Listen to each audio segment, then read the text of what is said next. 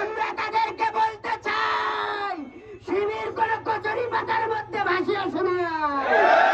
শিবির যখন এই সংগঠনে সংবদ্ধ হয় তখন তারা শহীদি তামান্না বুকে নিয়ে সংবদ্ধ হয়। তারা চোখ রাঙানোকে ভয় পাই না। আমাদের এই ভাইকে যারা হত্যা করেছে তাদেরকে বলতে চাই, এই হত্যাকারীকে দ্রুত গ্রেফতার করিয়ে আইনের আওতায় আনার জন্য আমরা আহ্বান জানাচ্ছি।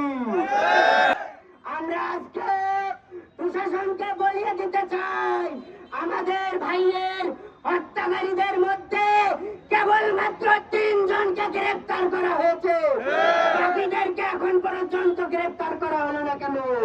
তাহলে আমাদের এই আন্দোলন শুরু হবে সরকার পতনের আন্দোলন। আমরা সর্বদাই এই রাজপথে ছিলাম, সর্বদাই থাকবো ইনশাআল্লাহ।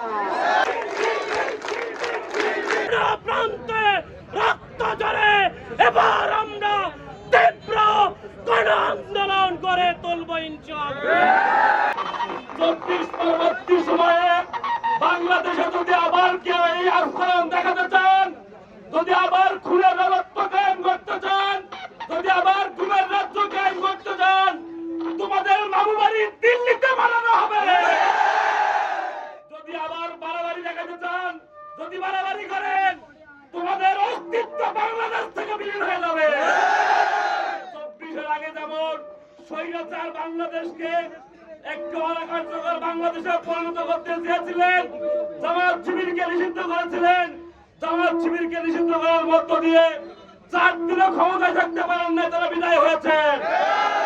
আবার যদি জামাত শিবিরের বিরুদ্ধে নতুন কোনো ষড়যন্ত্র হয়, যদি শিবিরের গায়ে যদি একটা ফুলের টোকা দেওয়ার চিন্তা করা হয়, তোমাদের অস্তিত্ব বাংলাদেশ থেকে হারিয়ে যাবে।